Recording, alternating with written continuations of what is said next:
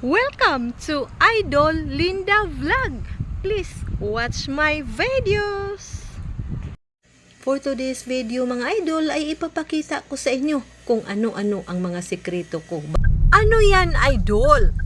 Backward tayo mga idol ay papunta tayo sa jogging area. Wow!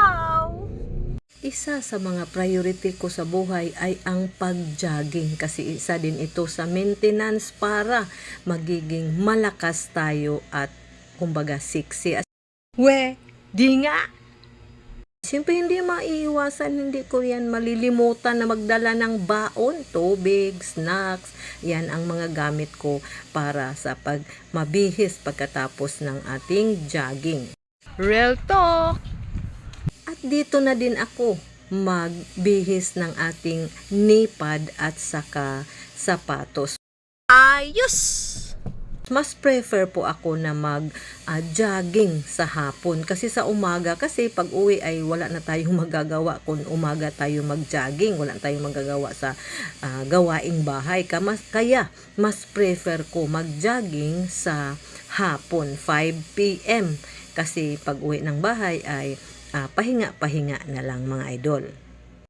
Mas mainam na gumamit tayo ng knee pad. Protection yan kasi minsan malakasan natin ang ating pagtakbo. At wow!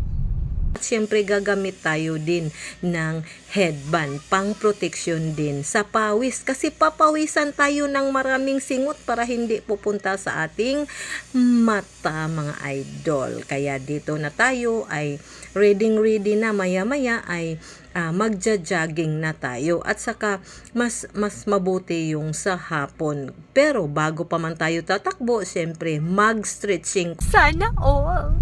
Kung makikita ninyo sa aking likuran ay may nagja-jogging na kasi medyo late tayong nakarating dito sa jogging area. Pero walang late mga idol, 5 PM lang naman. Kaya hindi na masyadong mainit ang araw. Mas mabuti na hapon kasi mas marami man din magja-jogging, mas marami, mas masaya. Ma-challenge ka talaga, natatakbo din. Oo, pero syempre, kailangan natin mag-stretching bago mag-jogging. Kaya tara na! Oo, yan na. Mag-warm up muna tayo. Maya-maya ay iwan na natin ang ating cellphone kasi magsimula ng mag-jogging.